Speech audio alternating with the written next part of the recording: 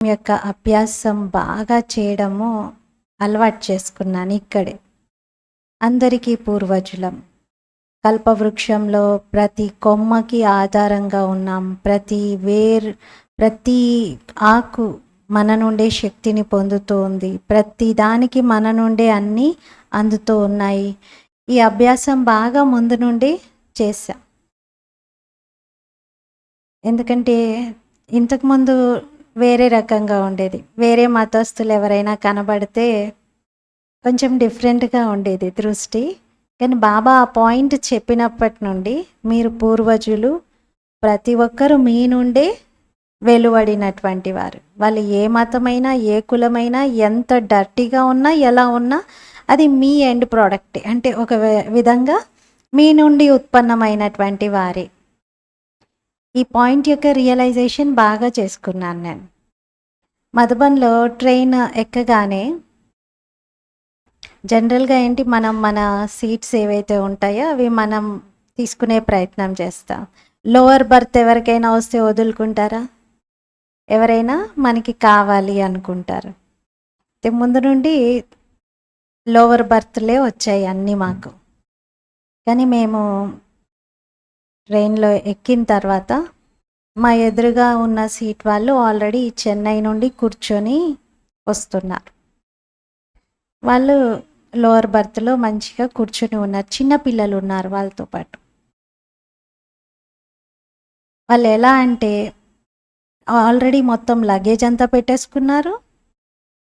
మనకి ప్లేస్ లేదు. 2 లోవర్ బర్త్లు మనవే అయ్యి ఉన్నా వాళ్ళ లగేజ్లు వాళ్ళు ఫుల్గా పెట్టుకున్నారు. 3 సీట్లు ఉన్నాయి. 3 సీట్లు 4 ఉన్నారు వాళ్ళు.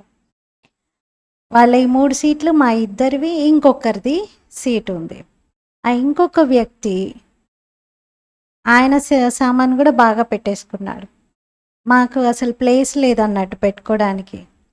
నేనేం చేశాను, ముందు మనం ఎక్కగానే మనకు అలవాటు ప్రకారంగా సామాన్లు సెట్ చేయాలని ముందు సెట్ చేస్తూ ఉంటే ఆ పిల్లలు, ఆ తల్లి వాళ్ళందరూ కొంచెం అగ్రెసివ్గా మాట్లాడుతున్నారు గట్టిగా.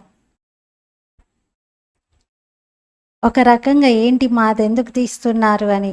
ఇలా ప్యాడ్ ఉంటుంది కదా ఒకటి భోజనం చేయడానికి పెట్టుకునే, దాని మీద కూడా మొత్తం ఫిలప్ చేశారు. ఒకటి వాళ్ళది తీసి ఒకటి మనది పెట్టాను. ఎందుకంటే మా ప్లేస్ అక్కడే వచ్చింది కదా, మరి అక్కడ పెట్టుకోవాలి కదా. ఆమె చాలా కోపంగా ఏవేవో అనేస్తున్నారు. నేను ఒక స్మైల్ ఇచ్చేసి, మనమే కదా వీళ్ళకి పూర్వజులము, నేను పూర్వజుడిని, వీళ్ళందరూ నా నుండి వచ్చిన కొమ్మనే, ఏమైనా అన్నా పర్వాలేదు అని మనసులో ఎంత లైట్ సంకల్పం అంటే అది లైట్నెస్ అంటారు కదా బాబా, అది చాలా మంచిగా అనుభవం అయింది. కేవలం అలా సంకల్పం చేసి వాళ్ళు ఏమన్నా మంచిగా మాట్లాడుతున్నాను నేను. అంటే వాళ్ళు ఏంటి మాది ఇలా పెట్టారు అలా పెట్టారు అని ఏదన్నా కూడా చాలా ప్రేమగా మంచి వైబ్రేషన్ ఇస్తూ, వీళ్ళందరూ మా నుండి వచ్చినటువంటి వారే, పాపం అలా మాట్లాడుతున్నారు, వాళ్ళకి ఏం తెలియదు, మనమే వీళ్ళ పూర్వజులం. ఆ భావన అసలు ఎన్నిసార్లు అదే థాట్ బీజం ఎంత స్ట్రాంగ్గా ఉంది అంటే వేరే థాటే రావట్లేదు, వాళ్ళ పట్ల నెగిటివ్ భావనే రావట్లేదు. ఇంకంతే. తర్వాత నేను సాయి లక్ష్మి అక్కయ్య కూడా కొంచెం చిరాకు పడుతున్నారు. ఏంటి వీళ్ళు ఇలా చేస్తున్నారు, మన సీట్లలో మనల్ని కూర్చొని ఇవ్వట్లేదు, ఇదేంటి అని అనుకుంటున్నారు. నేను అక్కయ్యతో కూడా అన్నా, అక్కయ్య మనమే వీళ్ళ పూర్వజులం, వాళ్ళకేం తెలీదు, వీళ్ళందరూ మన నుండి ఉత్పన్నమైన వాళ్ళే అన్నాను. వెంటనే అక్కయ్య కూడా అవును అక్కయ్య కరెక్టే, మనమే వీళ్ళకి పూర్వజులం, మనం అలాగే అనుకోవాలి అని అక్కయ్య కూడా ఆ థాట్లో ఉండిపోవడం స్టార్ట్ చేశారు. అంతే. ఒక 2-3 నిమిషాల తర్వాత అంతా సెట్ చేసి మేము చాలా స్మైలింగ్గా మంచిగా మాట్లాడుతూ ఉంటే కొన్ని నిమిషాల్లోనే వైబ్రేషన్స్ ఎలా చేంజ్ అయిపోయాయి అంటే, ఆ పాప చిన్నమ్మాయే, అప్పటి వరకు కొంచెం కోపంగా బిహేవ్ చేసిన పాప కాస్త ఓం శాంతి అంది. ఓం శాంతి సిస్టర్, ఓం శాంతి దీది అని అంది. నేను కూడా ఓం శాంతి అన్నాను. అప్పటి వరకు మాట్లాడింది కోపంగా అవి ఇవి వేరే మాటలు. ఇప్పుడు కాసేపట్లోనే వైబ్రేషన్ మారిపోయి ఓం శాంతి దీది అని అంది. ఓం శాంతి అని, ఇంకా మీ పేరేంటి అని కొంచెం అలా అడుగుతూ మాట్లాడుతూ ఉంటే చాలా మంచిగా మాట్లాడుతుంది. అంటే ఒక మంచి వైబ్రేషన్ ఎంతటి ఎఫెక్ట్‌ని ఇస్తుంది అనేది ఇమ్మీడియేట్ ప్రాక్టికల్ ప్రూఫ్ అనిపించింది నాకు. బాబా ఊరికే చెప్పట్లేదు మురళీలో, పిల్లలు మీరు పూర్వజులు, మీరు ఇలాంటి దృష్టి, మీ దృష్టితోనే మొత్తం తయారవుతుంది సృష్టి అంతా అని ఊరికే అనట్లేదు అని అనిపించింది. ఆ చిన్న ఇన్సిడెంట్ అంటే ఎంత చేంజ్‌ని తీసుకొచ్చింది అని. ఆ అమ్మాయే కాదు, ఆ తర్వాత వాళ్ళ బ్రదర్, ఆ తల్లి అందరూ కూడా చాలా మంచిగా మాట్లాడుతూ ఇంకెంత బాగా చెప్తూ ఉంటే జ్ఞానం చెప్పమని అన్ని మాటలు వింటూ ఇంకా వాళ్ళ అమ్మ నెమ్మదిగా మా పాపకు చెప్పండి మీరు, ఇంకా కొంచెం చెప్పండి, ఇంకేదైనా చెప్పండి అంటుంది. ఆహా, ఎంత చేంజ్ వచ్చేసింది అనుకున్నాను. ఆ తర్వాత కాసేపటికి నేను మన వాళ్ళు సరిగ్గా ఎక్కారో లేదో నేను వెళ్ళి వాళ్ళని కలిసి రావాలి అని చెప్పి స్లీపర్లో ఉన్న వాళ్ళని కలవడానికని వెళ్తే ఆ పాప, దీది మీరు వెళ్ళకండి, ఎంతసేపట్లో వస్తారు అని అడుగుతుంది. నేను ఒక అరగంటలో వస్తానంటే, అమ్మ అరగంట నేను బోర్ ఇంకా నాకు అని అంటుంది. అంటే అప్పుడే అంత రంగు పట్టేసుకుంది వాళ్ళకి. నాకు అనిపించింది మన వైబ్రేషన్సే మొత్తం క్రియేట్ చేస్తున్నాయి. మనకి మనం ప్రాబ్లమ్స్ క్రియేట్ చేసుకుంటున్నా మనమే రెస్పాన్సిబుల్ దానికి. మన వైబ్రేషన్స్ మనం లోపల ఏం ఆలోచిస్తున్నాం వాళ్ళ పట్ల అనేది చూసుకోవట్లేదు. ఇది ప్రాక్టికల్ ఉదాహరణ అనిపించింది నాకు. లాస్ట్ మినిట్ వరకు కూడా ఆ పిల్లలకి బాగా జ్ఞానం చెప్పి ఆ రోజంతా ప్రయాణం కాబట్టి ఆ రోజంతలో అసలు ఎంత మంచిగా మారిపోయారంటే ఆ పాప ఎక్కిన కొంతసేపటికే చేంజ్. ఆ తర్వాత ఆమె బిస్కెట్స్ ఏవో తీసుకొని సిస్టర్ మీరు కూడా తీసుకోండి అని ఇస్తుంది. అంటే లేదు తినం మేము అని చెప్పేసి వద్దన్నాం. కానీ అంటే షేరింగ్ అన్నీ స్టార్ట్ అయిపోయాయి ఎంతో క్లోజ్గా ఉన్నవారిలాగా. ఇది ఒక మంచి ఉదాహరణ అని నాకు అనిపించింది. ప్రాక్టికల్గా నేను ఎక్స్పీరియన్స్ చేసింది. మధుబన్కి వెళ్ళాక ఈ మిలనంలో ఒక రోజు ముందే మేము చేరుకున్నాం. అంటే నైట్ 12:30 కలా ఆపు రోడ్ స్టేషన్కి చేరుకున్నాము. మేము మధుబన్కి చేరుకొని శాంతివన్లో అకామిడేషన్ తీసుకొని రూమ్స్కి వెళ్ళేసరికి 1:15, 1:30 లోపు చేరుకున్నాం. ఇంకా అమృత్ వేలే 1:30 తర్వాత ఇంకేముంటుంది, పడుకోలేదు ఆ రాత్రంతా. ఇంకా అమృత్ వేళ వెంటనే ముందు ఫ్రెష్ అయిపోయి 4 గంటలకల్లా బాబా రూమ్లోకి వెళ్ళిపోయాం. చాలా మంచిగా అనిపించింది. వచ్చిన రోజు కొన్ని గంటలకే అమృత వేళ అవ్వడం, అందులోనూ టైంకి బాబా రూమ్లో బాబా ముందు కూర్చోవడం, బాబా చాలా ప్రేమతో వరదానాలు శక్తులను ఇచ్చినటువంటి అనుభూతి చేసుకున్నాం. నేను సరస్వతి భవన్లో ఉన్నాను. ఎక్కువగా ఎదురుగా బాబా రూమ్ ఉంటుంది ట్రైనింగ్ సెంటర్లో. ఆ బాబా రూమ్కే నేను వెళ్ళాను. ఆ తర్వాత అదే రోజు పైకి మౌంట్ కూడా చూడ్డానికి వెళ్ళాము.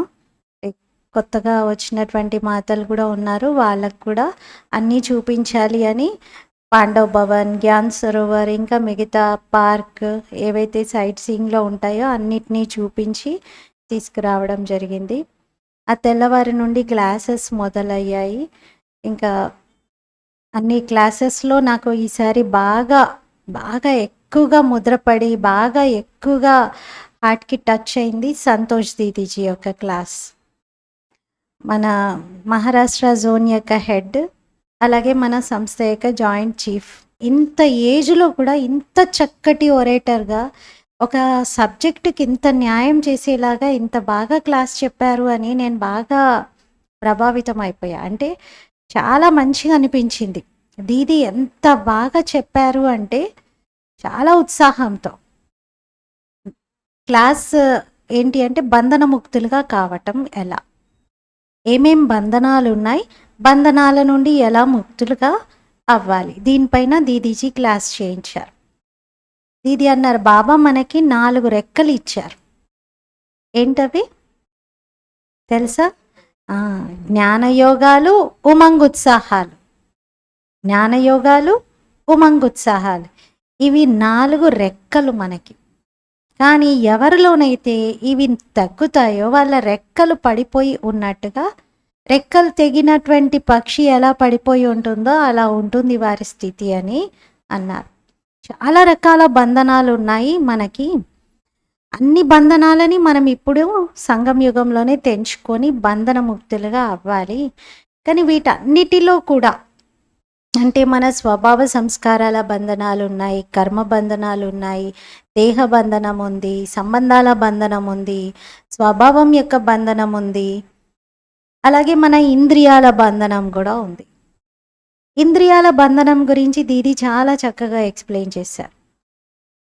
బ్రహ్మ బాబా పిల్లలందరికీ ఎప్పుడు మీరు శివశక్తిగా భావించండి, నేను స్త్రీని, నేను పురుషుణ్ణి అని అనుకోవద్దు అని చెప్పేవారండి.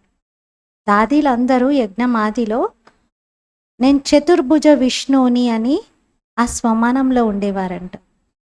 ఎందుకంటే నేను స్త్రీని అనుకుంటే మీలో భయము, మోహము రెండూ ఉత్పన్నమవుతాయి. పిరికితనము, మోహము ఇవి ఉత్పన్నమవుతాయి. స్త్రీని అనుకుంటే భయం, మోహం. అదే పురుషుణ్ణి అనుకుంటే అహంకారం, పౌరుషం, అహం మొదలవుతుంది. అందుకే ఈ రెండు వద్దు. చతుర్భుజ విష్ణువుని ఏ సమయంలో బాబా ఏ సేవ అప్పగించినా, ఎక్కడికి వెళ్ళమన్నా, ఏది చెయ్యాలన్నా ఈ బాణం అడ్డు రావద్దు, దేహ బాణం అడ్డు రావద్దు అని ప్రాక్టీస్ చేయించేవారు. ఆ బంధనంను కూడా మనము దాటాలి. ఇక ఇంద్రియాల బంధనాలు ఉంటాయి కదా, శరీరం ఇంద్రియాల యొక్క బంధనాలు. ఈ ఇంద్రియాల్లో కూడా ముఖం యొక్క ఇంద్రియాలు చాలా ముఖ్యమైనటువంటివి. అందులో మూడిటి గురించి దీది బాగా చెప్పారు. ఫస్ట్ కళ్ళు. చూడండి, ప్రతి ఒక్కరి ఇంటికి కిటికీలు ఉంటాయి, ఒక అద్దం కూడా ఉంటుంది. మిర్రర్ ఉంటుంది కదా అందరి ఇంట్లో. అద్దం లేని ఇల్లు ఉందా? మరి కిటికీలోనేమో వేరే వాళ్ళని చూస్తాము, కిటికీలు తెరిస్తే వేరే వాళ్ళని చూడడానికి కిటికీలు కావాలి, స్వయాన్ని చూసుకోవడానికి అద్దం కావాలి, మిర్రర్. మరి ఇప్పుడు మనం ఏం చేయాలి? దీది అడిగారు, మీరందరూ దర్పణంలో చూడండి. ఇప్పుడు కిటికీలు మూసేయండి. ఈ కిటికీలు తెరిచి చూసి చూసి చూసి మొత్తం చెత్త నింపుకున్నారు. జన్మల నుండి కిటికీలలోనే చూస్తున్నారు. మీ అద్దం దుమ్ము పట్టిపోయింది, ఎందుకంటే చూడట్లేదు, వాడట్లేదు దాన్ని. ఇప్పుడు అద్దాన్ని తుడుచుకొని చూడండి. అద్దంలో మీ ముఖాన్ని చూసుకోండి, నేను ఎలా ఉన్నాను అని స్వయాన్ని నిరీక్షించుకోండి అన్నారు. మనం స్వయాన్ని చూసుకోవడానికి మన దృష్టిని, మన జ్ఞాన నేత్రాన్ని తెరుచుకొని ఉంచుకోవాలి. అలాగే చెవులు కూడా చాలా ముఖ్యమైన పాత్రను పోషిస్తాయి. చూడండి, ఎవరైనా తప్పు చేస్తే ఏం చేస్తారు? చెవు పట్టుకుంటారు. ఎవరైనా మాట్లాడేటప్పుడు కూడా ఏమంటారు? ఖాన్ కోల్కే సునో అంటారు. చెవులు తెరుచుకొని విను అని. చెవులకి తలుపులే లేవు, అందుకే డేంజర్ ఇవి. కళ్ళైనా మూసుకోవచ్చు, గంతలు కట్టుకొని ఏదైనా చేయొచ్చు. నోరు ప్లాస్టర్ పెట్టి మాట్లాడకుండా, ఏం తినకుండా చేయవచ్చు. కానీ చెవులను ఏం చేస్తారు? చెవులకైతే ఏం లేవు కదా, చెవులు తెరిచే ఉంటాయి కదా. ఈ చెవులు చాలా డేంజర్. అందుకని ఏం చేస్తారంటే తప్పు చేసిన వారి చెవు పట్టుకుంటారు. స్కూల్లో కూడా టీచర్ ఏం చేస్తారు? పిల్లలు తప్పు చేస్తే చెవు పిండుతారు. భక్తిలో కూడా ఏదైనా తప్పు చేస్తే దేవుడి ముందు వెళ్ళి ఏం చేస్తారు? చెవులు పట్టుకుంటారు, గుంజీలు తీస్తారు. చెవులే పట్టుకుంటారు కదా. ఈ చెవులు దుకాణాలు లాంటివి అంటున్నారు, దుకాణం వంటివి. ఎక్కడైనా గొడవలు, స్ట్రైక్లు, అల్లర్లు జరిగితే ముందు ఏం చేస్తారు? దుకాణాలన్నీ మూసేస్తారు. అలాగే ఇది దోకాన్, దోకాన్, దుకాన్. ఈ దోకాన్ని మూసేయండి, ఈ దుకాణం మూసేయండి ముందు. బాబా శ్రీమతమే వినబడాలి మనకి. ఇంకా ఈ చెవుల ద్వారా ఏ చెత్త వినేది లేదు. ఈ చెవులు మూసుకోండి మీరు, అంటే లోపల నుండి షట్ చేయండి దీన్ని, ఈ దుకాణం క్లోజ్ చేయండి అన్నారు. అలాగే అంటే ఏదైతే మనం వింటామో అది మన చెవులకు భోజనం, ఏదైతే మనం చూస్తామో అది మన కళ్ళకు భోజనం. అలాగే మన నోరుంది, నోటితో ఏం చేయాలి? నోటితో మీరు తక్కువ మాట్లాడండి, మధురంగా మాట్లాడండి అన్నారు. జ్ఞానికి అజ్ఞానికి డిఫరెన్స్ ఏంటి అంటే, అజ్ఞాని మాట్లాడిన తర్వాత ఆలోచిస్తాడంట, ఇలా మాట్లాడకుండా ఉంటే బాగుండు అని. కానీ జ్ఞాని ఆలోచించి మాట్లాడతారు. కాబట్టి మీ మాటల ద్వారా తప్పు జరిగి ఎదుటివారిని దుఃఖపెట్టి తర్వాత సరిదిద్దుకునేలాగా ఉండకూడదు. మధురంగా మాట్లాడండి, సాత్వికంగా భోజనాన్ని స్వీకరించండి, బాబా స్మృతిలో తీసుకోండి అని ఇలా ఇలా ఒక్కొక్క ఇంద్రియం యొక్క బంధనం నుండి మీరు ముక్తులుగా అవ్వాలి. అన్ని కర్మ బంధనాల నుండి ముక్తులుగా అవ్వాలి అన్నారు. ఇలా చాలా బాగా వివరంగా దీదీజీ ఈ క్లాస్ వినిపించారు. అది వెళ్ళిన ముందు ఫస్ట్ డే క్లాస్లోనే దీదీ క్లాస్ ఉండడంతో నాకు చాలా బాగా అనిపించింది. ఇంకా దేనితో నాకు సంబంధం లేదు. ఇంకా ఎప్పుడు యోగంలోకి వచ్చినా అన్ని షట్, ఇంకా అన్ని క్లోజ్. అసలు పక్కన ఎవరు ఎలా మాట్లాడుకుంటున్నా ఏం చేస్తున్నా ఏమీ వినబడట్లేదు. రోజు క్లాసెస్ ఒక వంత అయితే బాబా మిలనం రోజు చాలా బాగా అసలు ఎక్కడ సీటు ఏ సీట్లో కూర్చోవాలి గోలేమీ లేదు. ఆల్రెడీ ముందే రిబ్బన్ తీసుకున్నాం మేము. స్క్రీన్ బాగా పెద్దగా దగ్గరగా కనిపించేలాగా స్టేజ్కి దగ్గరగా సెకండ్ గేట్ దగ్గర కూర్చున్నాం. ఇంకంతే కూర్చున్న దగ్గర నుండి బాబా వచ్చేంత వరకు దృష్టి అటు ఇటు వెళ్లకుండా చాలా ఏకాగ్రంగా యోగం చేసుకునే అవకాశం లభించింది. యాక్చువల్లీ చెప్పాలంటే మిగతా రోజుల కంటే బాబా మిలనం రోజు యోగం చేయడమే కష్టమైపోయేలాగా ఉంది అక్కడ వాతావరణం. గోల గోల, సీట్ల కోసం అటు ఇటు కుర్చీలు వేయడం, తీయడం, వాళ్ళని లేపడం, వీళ్ళని అటు పంపించడం, ఇటు పంపించడం. అసలు ఎంత ఉందంటే అంటే సైలెన్స్ తగ్గిపోతుంది. సూరజ్ భాయ్ క్లాస్ నడుస్తున్నా కూడా అవన్నీ జరుగుతూనే ఉన్నాయి ఇంకా.